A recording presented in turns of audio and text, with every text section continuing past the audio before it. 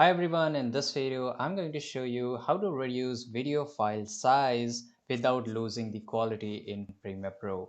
Well, it's very easy to do it, so make sure you just go to the effect option. By the way, you can also go to the effect option by pressing Ctrl plus M in your keyboard, right? And here we are, so you can just rename the folder. As you can see here, the size is 35 MB. But if I want to export in a 4K, then you can see the size will go around 139 MB. But I want to be in very less size and the quality should be maintained like a 4K. So the best option will be, adaptive high bitrate. So whenever you want to reduce the file size but don't want to reduce the quality of the video, always go with adaptive high bitrate. And here we are, and you can see the file size is 5 MB, but when you will export this video and see, the quality will be the exact same like 4K.